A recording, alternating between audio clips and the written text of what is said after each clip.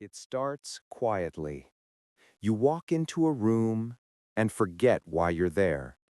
A familiar name, a name you've known for 40 years, is suddenly gone. The keys you just had in your hand have vanished. For many people over 70 and 80, these small senior moments are not just minor inconveniences, they are terrifying. They feel like the beginning of an inevitable slide, a one-way street into cognitive decline with a dark, frightening destination. We have been taught to accept this. We've been told that the brain, after a certain age, is fixed, that it's all downhill from here, that memory loss is a non-negotiable part of aging. Today, I am here to tell you that this belief is not just outdated, it is scientifically, factually wrong. The single most important discovery in modern neuroscience is this: your brain is not a static object. It is not a block of cement that hardens with time. Your brain is plastic. This concept is called neuroplasticity. It means that your brain, yes, your brain, at 80, 85, or 95, retains the remarkable, miraculous ability to change its own structure and function. It can rewire itself. It can grow new connections. It can learn. It can heal. Memory loss is not an inevitable sentence. In many cases, it is a symptom of a lifestyle that is no longer giving the brain what it needs to thrive. In this deep dive analysis, we are going to move past the simplistic advice of do a crossword puzzle. We are going to explore the 5 simple, powerful, science-backed habits that are, in essence, the instruction manual for activating your brain's neuroplasticity. These are the proven methods to protect your memory, sharpen your mind, and potentially even reverse cognitive decline. You are not powerless. You are the architect of your brain. And today, we are handing you the blueprints. Chapter 1. Activate your brain fertilizer. Aerobic exercise and BDNF. Our first habit is the single most powerful cognitive enhancer known to science. It is not a pill. It is not a brain game. It is movement. Specifically, aerobic exercise. For decades, we've linked exercise with heart health, with muscle mass, with weight loss. But its most profound effect may be on the 3-pound universe between your ears. When you engage in aerobic exercise, think brisk walking, swimming, dancing, or cycling, you are doing something incredible at a microscopic level. You are triggering the release of a powerful protein called BDNF. BDNF stands for brain-derived neurotrophic factor. I want you to remember that name, BDNF. In the scientific community, it is often called miracle grow for the brain. Just as fertilizer helps a plant grow new, strong roots, BDNF is a neurochemical that acts as a growth factor for your neurons. It helps existing neurons survive. It encourages the growth of new neurons, a process called neurogenesis, which we once thought was impossible in the adult brain. And, most critically for memory, it supports and strengthens the synapses, which are the connections between your neurons. A stronger synapse is a stronger, faster, more reliable memory. Let's be clear. A shrinking brain is a hallmark of cognitive decline. The hippocampus, your brain's primary memory center, is one of the first areas to atrophy in Alzheimer's disease. The evidence is now undeniable. Aerobic exercise is one of the only known ways to reverse this atrophy. Landmark studies, like those from the University of Pittsburgh, have taken groups of seniors in their 70s and 80s and put them on a simple program of 30 to 40 minutes of brisk walking 3 to 4 times a week and scanned their brains. The results were staggering. After 1 year, the group that walked showed a significant increase in the volume of their hippocampus. They had quite literally reversed age-related brain shrinkage by 1 to 2 years. The control group, which only did stretching, continued to show the expected decline. This isn't a theory. This is a biological mechanism. More movement equals more BDNF. More BDNF equals a bigger, stronger, more connected, and more resilient hippocampus.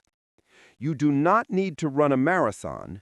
You do not need to join an expensive gym. The requirement is simple: 30 minutes of movement most days of the week that is strenuous enough to get your heart rate up. When you walk, you are not just exercising your legs. You are actively fertilizing your brain, building a bigger, better memory center, one step at a time. Chapter 2.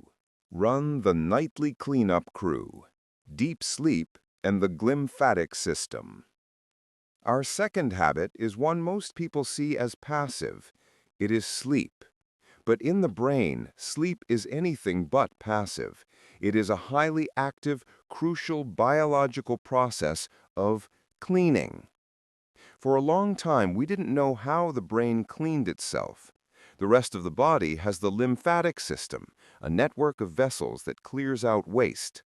The brain, encased in the skull, doesn't have this. It was a medical mystery.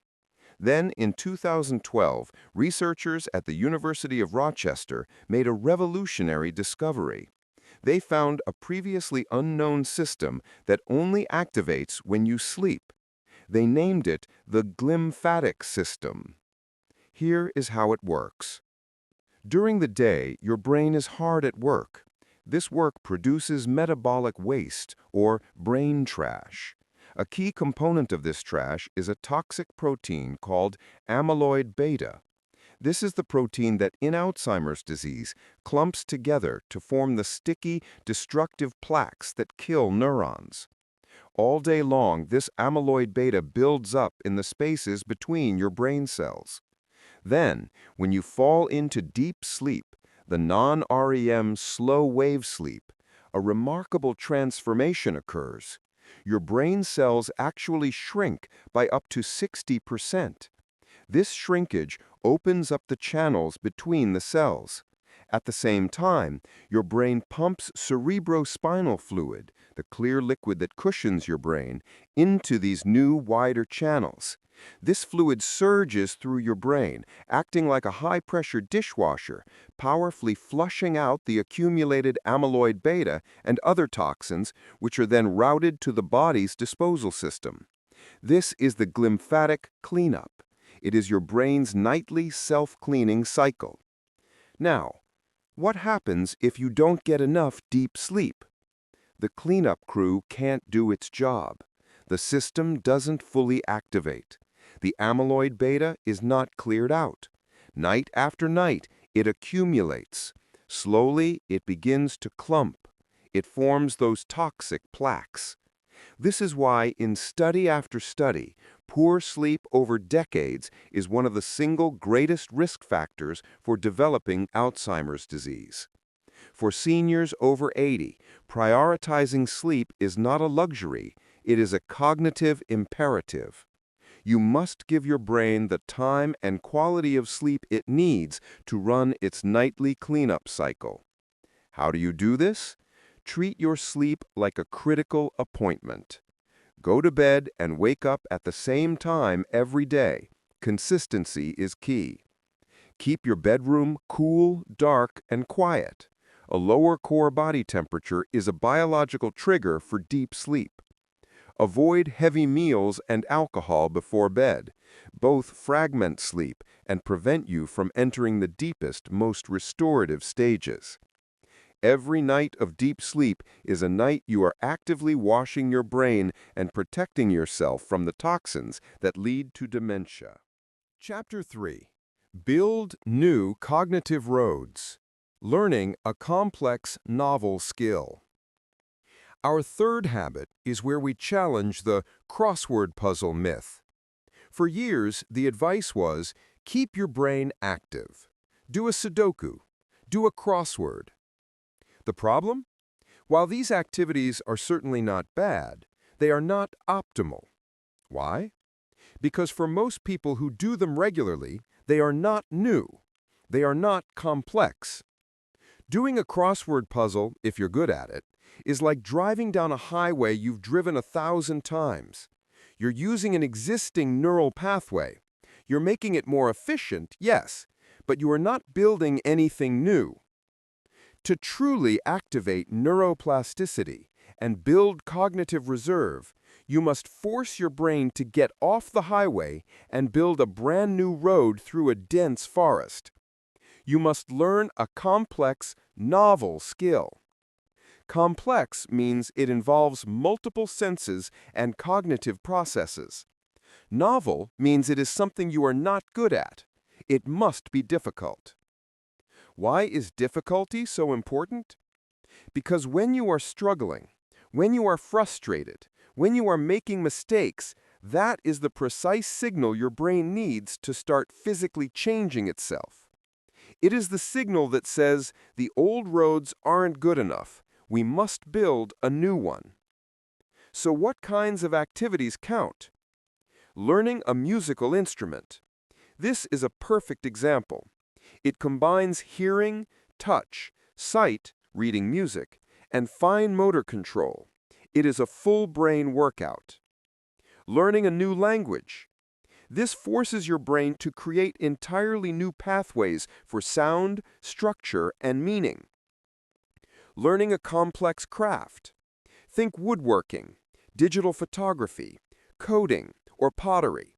Something that requires learning steps, spatial reasoning, and fine-tuned skill. In a landmark study in 2013, researchers took older adults and assigned them to different groups. One group did passive brain games, like crosswords. The other group was tasked with learning a highly complex skill, digital photography and photo editing. The results? After 3 months, the complex skill group showed a dramatic and significant improvement in long-term memory. The passive group did not. The act of building new roads had a spillover effect, strengthening their entire cognitive infrastructure. So find something you've always wanted to do but thought was too late to learn. Embrace the feeling of being a beginner. Embrace the frustration. That frustration is the sound of your brain getting younger. Chapter 4. Fuel the anti-inflammatory brain, the mind diet. Our fourth habit is the fuel. You can't build a strong house with bad materials. You cannot build a strong brain on a diet that fuels inflammation. For decades, we've had diets for heart health, for weight loss. We now have a diet specifically engineered and scientifically validated to protect the brain. It is called the MIND diet. MIND stands for Mediterranean-Intervention for Neurodegenerative Delay. It is a hybrid of the two most proven diets on Earth, the Mediterranean diet and the DASH diet, but with a specific focus on the foods that are neuroprotective. The results from Rush University Medical Center, where the diet was developed, are astounding. They found that older adults who followed the MIND diet, even moderately, showed a 35% lower risk of developing Alzheimer's. Those who followed it rigorously saw a 53% lower risk. It was the equivalent of being 7.5 years younger cognitively. So, what is this diet? It is not a complex calorie-counting plan. It is a simple pattern based on 2 principles. Eat more of the brain-protective foods. Eat less of the brain-damaging foods. What are the brain protective foods? The diet is very specific. It limits 5 things: red meat, butter and stick margarine, cheese, pastries and sweets, fried or fast food. Notice the pattern? The protective foods are all anti-inflammatory. The damaging foods are all pro-inflammatory, high in saturated and trans fats that damage your blood vessels, including the tiny, delicate vessels that supply your brain. You are what you eat. If you eat an inflammatory diet, you will have an inflamed brain. An inflamed brain is a brain that cannot form, store, or retrieve memories effectively. The mind diet is the blueprint for fueling a calm, clear, and protected mind. Chapter 5: The Ultimate Cognitive Workout: Meaningful Social Connection. Finally, we come to our 5th habit. It is perhaps the most overlooked and yet the most uniquely human. It is meaningful social connection. Loneliness is not just a sad feeling, it is a biological stress state. When you are chronically lonely, your body is flooded with the stress hormone cortisol. Cortisol, in short bursts, is fine, but in a chronic state, it is poison to the brain. It is particularly toxic to the hippocampus, your memory center. Chronic loneliness quite literally corrodes your brain's ability to make memories. Conversely, meaningful social interaction is one of the most complex cognitive workouts you can possibly do. Think about what is required to have a real, engaging conversation. You must listen intently, auditory processing. You must process the meaning, tone, and subtext, social cognition. You must access your own long-term memory to find relevant facts or anecdotes, memory retrieval. You must formulate a response, language production. You must empathize with the other person's state, emotional intelligence. You are doing all of this in real time. It is a full-brain, high-intensity workout that strengthens multiple cognitive domains at once. It is far more complex than any brain game ever invented. A 2019 study from the University of Michigan confirmed this. It found that older adults who had regular, supportive conversations felt better and showed sharper cognitive function on a daily basis. But connection is the key. Passively sitting in a room with other people is not enough. Passively scrolling through photos on social media is definitely not enough. This requires active engagement. Join a club, a book club, a walking group, a card game. Volunteer. Call a friend on the phone where you must listen, not just text. Tell stories to your grandchildren. The act of retrieving and structuring a narrative is a powerful memory exercise. Humans are social creatures. Our brains were built to connect, and when we deny them that connection, they wither. By engaging with others, you're not just lifting your spirits, you're actively performing one of the most vital maintenance routines your brain will ever need. Conclusion: you are the architect. Let us review the blueprints. 5 simple but profound habits. Move. Walk briskly to produce BDNF, your brain's fertilizer. Sleep.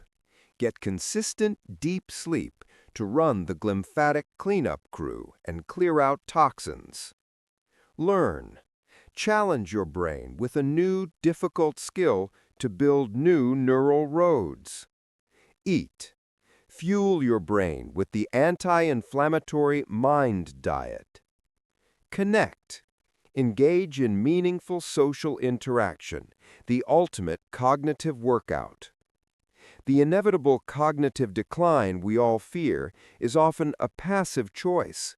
It is the result of a brain that is under-fertilized, full of toxins, running on old roads, fueled by inflammation, and left in isolation. You, at 80, 85, or 95, have the power to change that. Neuroplasticity is not a buzzword. It is a biological promise. It is your brain's built-in capacity for renewal. You are the architect. These 5 habits are your tools. Start building.